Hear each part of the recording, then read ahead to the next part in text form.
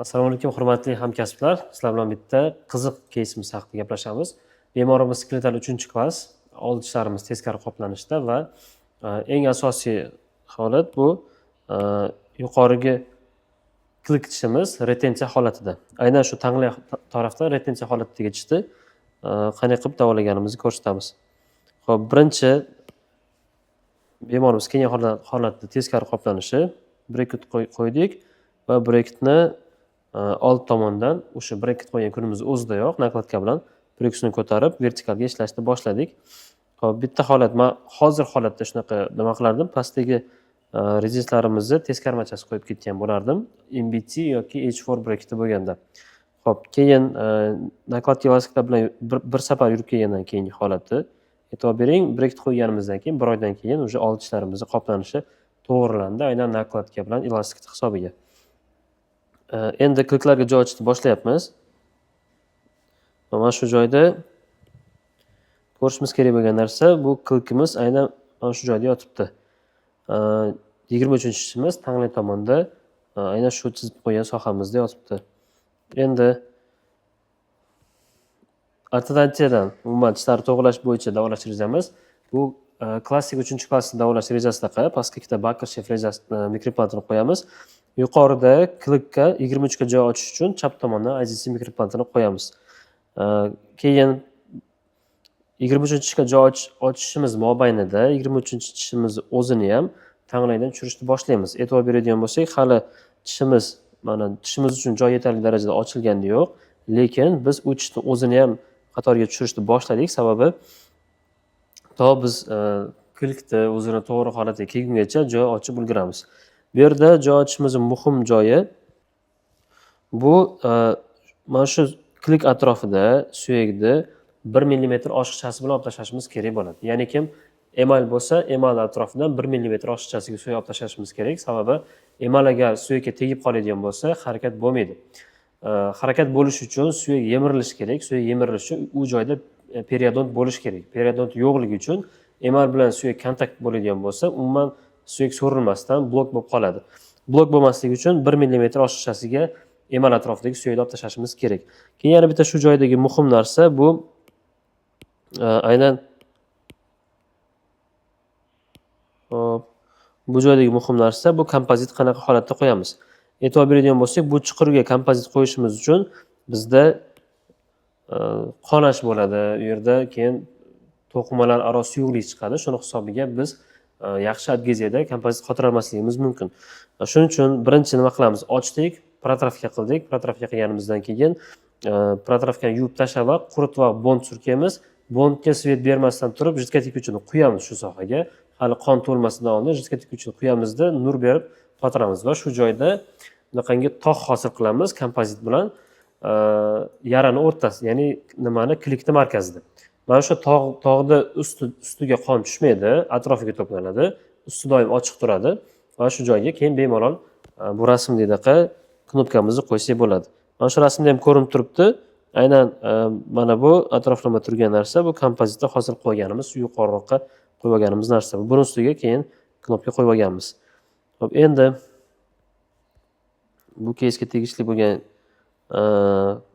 qismi mana klikka joy ochdik. E'tibor beradigan bo'lsak, klikni hech qanaqangi tortayotganimiz yo'q. 2 oyning ichida, 1,5-2 oyning ichida klik mana o'zi tashqariga qarab chiqishni boshlayapti. Joy ochishni davom etyapmiz unga. Mana yana 1 oydan keyingi holati ancha tushdi pastga qarab va biz endi klikni tikka qilishni boshladik. Tikka qilish uchun mikroimplantant qo'ydik yana bitta. Mana bu mikroimplantimiz 6-tishlar sohasiga qo'ydikda, aynan klikni yotgan joydan upright qilib tikalab olishimiz uchun qo'ydik bu narsani. Joy ochishda davom etyapmiz. 13-tishda qatorga qo'shib oldik уже. Xo'p, keyingi etap. Upright qildik. Upright qilganimizdan keyin buni tishimizni ham pastga, ham o'zini yo'nalishi bo'ylab tortishimiz kerak. Bu uchun bizga balista duga yordam beradi. Balista dugani ishlash prinsipi mana bu holat. Ya'ni passiv holatda balista dugamiz pastda turibdi. Mana ko'radigan bo'lsak, mana shu duga pastda turibdi. Buni aktiv holatga qo'yish uchun buni qayirib mana bu tomonga qarab olib kelamiz. Mana shu holatda bu mana ip yordamida, elastik ip yordamida ikkita tortilgan. balista tugani mana shu narsaga ulab bog'lab qo'yamiz. Va aktiv holatda bog'lab bo'lganimizdan keyingi rasmi mana shu holatda o'zi bu pastga qarab turadi. O'zi pastga qarab turgandi. Mana bu holatda edi. Biz uni tortib, mana shu o'zini hozir turgan joyiga olib kelib qo'ydik. Endi keyingi narsa bu tika bo'lgandan keyin, nisbatan joyiga yaqinlashgandan keyin bizda 3 tomonlama nazorat kerak bo'ladi. Ham rotatsiyani, ham angulyatsiyani, ham torkni boshqarishimiz kerak bo'ladi. 3 tomonlama boshqarish uchun biz o'ylab topgan, ya'ni ishlatib ko'rgan narsa bu lingual tomondan brekit qo'yish. Lingual tomoni 6-tishimiz sohasiga bunda 26-tishimiz o'rniga 16-tishni brekitini qo'ydik. Mana bu yerda bu tishimiz 26-tishimiz o'rniga 16-tishni brekitini qo'ydik. Mana shu holatdan bu yerga olib kelib qo'ydik. Keyingi narsa bu pastdagi tishimiz. Bu klikda o'zini brekitini yoki 4-tishni brekitini qo'yishimiz mumkin. Bu holatda hozir angulyatsiyasi bilan rotatsiyasini to'g'irlayapmiz. Hali torkni to'g'irlash 100% boshlangani yo'q. Brekitni o'zidagi bor tork bo'yicha ketyapti. Qo'shimcha unga tork berganimiz yo'q. Mana shu holatda tishda angulyatsiyasi va rotatsiyasini to'g'irlashni boshladik. Aylanishda o'zini ko'radigan bo'lsak, mana bu tishda angulyatsiyasi qay darajada 4-tishga zarar qiladigan holatdaligini ko'rishimiz mumkin bu rasmda. Mana buni ildizi 4-tishimiz sohasiga, 5-tishimiz sohasiga qarab ketyapti. Agar shu holatda biz angulyatsiyasini to'g'irlamasdan turib, tishda bu yo'nalishda tortadigan bo'lsak, o'z-o'zidan buni ildizi 4-tishlarimizni, 5-tishlarimizni urib qoladi va ularni ham tashqariga qarab chiqarib yuboradi. Shuni hisobiga katta zararlar kelib chiqishi mumkin. 3ta tishda ham zararlab qo'yishimiz mumkin. Shuning uchun biz buni qatorga tortishdan oldin albatta angulyatsiyasini to'g'irlab olishimiz kerak bo'ladi. Angulyatsiya bir muddat to'g'irlandi. Mana bu rasmda ko'rishimiz mumkin. Rotatsiya to'g'irlandi, angulyatsiya to'g'irlanyapti. Mana uje 4-tish sohasiga emas, 5-tish sohasiga emas, 4-tish sohasiga keldi. Endi ishimiz davomida burjunka bilan buni itaryapmiz oldiga qarab. E'tibor beradigan bo'lsak, keyin mana bu holatda endi e'tibor bering, angulyatsiyasi qay darajada yaxshilandi. Oldingi holatda taxminan mana bunday qarab turadi angulyatsiyasi 4-5-tishlar sohasiga. Endi mana bu holatga qarab ketyapti. Endi mana shu rasmda juda muhim joyi bu rasmda bu kunda, aynan shu kunda biz torkga ishlashni boshladik. Ya'ni bu sohada qo'ygan brekitimiz ildizni tashqariga itaruvchi tork beryapmiz. Bu qaysi breket va qanday bilib olamiz? Biz buni ildizni itaruvchi tork berayotganligimizni ildizni tashqariga itarish uchun, ildizni so'ydi ichiga kiritish uchun bizga qanaqa tork kerak bo'ladi? Aynan shu tomondan qaraydigan bo'lsak, plus tork qo'yishimiz kerak bo'ladi. Plus tork yoki mana vestibulyar tomonga qo'yadigan bo'lsak, vestibulyar tomonda klik juda ham tashqari chiqib ketdi, ildiz tashqari chiqib ketdi. Ildizimiz ichkariga qaytarmoqchimiz. Ildizni ichkariga qaytarish degani bu koronkasini tashqariga qo'yish degani. Koronkasini tashqariga qo'yishimiz uchun biz plus tork berishimiz kerak bo'ladi. Endi yoki aynan shu holatda ildizni tashqari chiqarish uchun, ildizni tashqariga chiqarish uchun vestibulyar tomonga brekit qo'yadigan bo'lsak, minus tork berishimiz kerak bo'ladi. Minus tork bersak, koronka ichkariga ketadi, ildiz tashqariga ketadi. Endi demak minus tork, minus 17, minus 22 tork berishimiz mumkin. Xo'p, biz lingual tomondan qo'yapmiz. Lingual tomonda qo'yayotganligimiz uchun xuddi shu effektni olish uchun ildizni tashqariga, koronkani ichkariga effektni olish uchun biz minus emas, buni qarama-qarshisi plus 17 yoki plus 22 tork berishimiz kerak bo'ladi. Buni qanday qilib erishamiz? Pastdagi premolярlarimizni nimasi? Pastdagi premolär tishlarimizga minus tork bo'ladi odatda. Bu tablitsaga qaraydigan bo'lsak, pastdagi premolярlarimiz birinchi premolярlar, ikkinchi premolярlar. Root brekitida minus 25 gradusgacha demak premolярlarimizda tork bo'lyapti pastki tishlarimizda. MBT brekitlarida bo'lsa, yo'q, molyarlarga uzr adashdim. Minus 17, minus 22 gradus bo'lyapti. Ya'ni 5-tishimiz pastdagi 35-45 tishlarimiz minus 22 gradus tortga ega bo'lyapti. To'rtinchi tishimiz esa minus 17 gradus tortga ega bo'lyapti. Bizga ikkalasi ham bo'ladi. Ehtiyot yuzasidan minus 17 ni ishlatsak bo'ladi. Va shu minus 17 ni teskarmachasiga qo'ysak plus 17 bo'ladi. Buni qanday tushunish kerak? Mana bu holatda mana bu plus 22 braket, katta tortli braket plus 17 braket. Ya'ni bu degani bu joyga braket qo'yadigan bo'lsak, plus 22 braket bu. Plus 22 braket.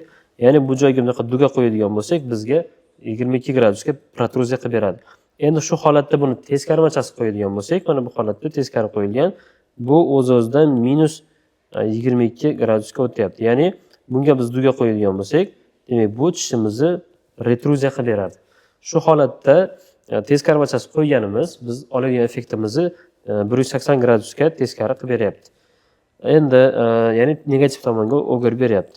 Mana shu holatda biz xohlagan narsa, agar shundayki biz tortadigan bo'lsak, bu yerda bo'ladigan o'zgarish bu faqatgina koronkani o'zi suriladigan bo'lsa bu tomonga, biz bu yerda plus 22 tort berayotganimiz uchun ham koronka ham ildiz tashqari vestibulyar tomonga qarab yuradi. Ya'ni kim biz korpusning harakat olamiz bu joyda. Xo'p, endi mana shu korpusning harakat olganimizni kuzatamiz.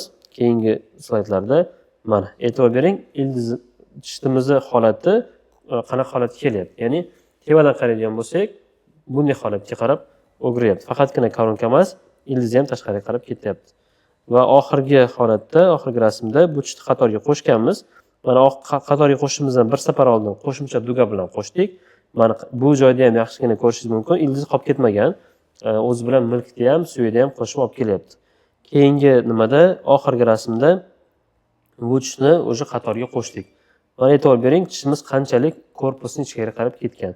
Va yana muhim joyi, bu yerda ham klikni breketdan shunaqangi nima qilganmiz, nazorat qilganmiz. Ya'ni bu yerda bu klikimizni o'zi plus 9 breket 9 gradusda bu breketimiz teskarmachasi qo'yganimiz hisobiga minus 9 holatga keldi. Boya aytdim men, agar shu ildizni tashqariga chiqarmoqchi bo'lsak, biz vestibulyar tomondan minus 4 berishimiz kerak. Agar xuddi shuni lingual tomondan beradigan bo'lsak, plus 4 berishimiz kerak. Biz lingual tomondan plus 4 berib keldik, plus 17 yoki plus 22. Hozir aniq eslolmayapman, yo 5-chi breketini qo'ydim yoki 4-chi breketini qo'ydim. Endi vestibulyar tomondan bo'lsa, biz minus 4 berishimiz kerak va o'zimizni odatiy plus 9 graduslik klikimiz torkini teskarmachasi qo'yib minus 4 ga erishdik. Keyin qaysi dugani qo'yapmiz?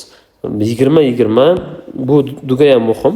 Sababi bizda bu vaziyatda qancha erta tork kontrolga erishsak, tork nazoratiga erishsak shuncha yaxshi. Va bu yerda bergan dugamiz 20-20 BOH duga. BOH duga, bu dugamiz pazda deyarli tork to'ldirganligi uchun tork kontrolga erishadi. Ya'ni 0.12 dan keyin srazu 20-20 dugani qo'ydik. Nima uchun biz 0.12 dan keyin 20-20 duga qo'ya oldik? Sababi bu duga termal aktiv va juda ham yumshoq. Oddiy termal aktivlarga nisbatan ham BOH duga ancha yumshoq. Buni 100 gramlik, 200 gramlik variantlari bor. Men o'zim praktikamda 100 gramlik variantini ishlataman. 100 gram degani o'zini shu nimasi bor, o'lchov birligi 1 cm dugani 3 mm defleksiya hosil bo'lish uchun qancha kuch kerak bo'ladi degan bo'lsak 100 gram. 100 gram kuch bu juda ham kuchsiz hisoblanadi duga jihatdan qaraydigan bo'lsak. Xo'p, endi shunda bu oxirgi rasmimiz va keyingi safarga ildizni yana ham to'g'ri bo'lib kelishini kutyapmiz. Bu keys bo'yicha qanaqa savollaring bo'lsa, bemalol murojaat qilib kommentariyada yozib qoldiringlar va yana qanaqa keyslar tahlil qilishni xohlaysizlar, qanaqa keyslar qiziq, kimda qanaqa muammoli holat bor. Agar o'zlaringiz keyslaringizni tahlil qilib berishni so'rasalaringiz ham bo'ladi, hammadan ma'lumotlarni jo'natsalaringiz, o'zimni maslahatimda aynan video ko'rinishida, keys ko'rinishida joylayman, ulgurganimcha albatta. Lekin sharti mana shu kanalga joylaymiz bu siz yuborgan muammoli keysni ham. Bemor yuzini ko'rsatmagan holatda bu narsani va vrachni ham nima qilmagan holatda, ochiqlamagan holatda keysni kanalga yuklashimiz mumkin. Xo'p, endi bunga o'xshash 30 dan oshiq keysimiz, bu ikkinchi, uchinchi, to'rtinchi may kunlariga tayyorlab qo'yganmiz. Bundan ham detal tahlillari, nima uchun bunaqa elastik ishlatdik, nima uchun bunaqa nakladka qo'ydik, har bitta holat bo'yicha, har bitta klass bo'yicha, har bitta diagnoz bo'yicha bir nechta keyslarni tahlil qilib chiqqanmiz. Sizlar bilan ikkinchi, uchinchi, to'rtinchi may kunlari Toshkent shahrida kursimizda ko'rishguncha savollaringizni kutib qolaman. Har qanaqa kommentariy va savollarda kutib qolaman. Salomat bo'linglar.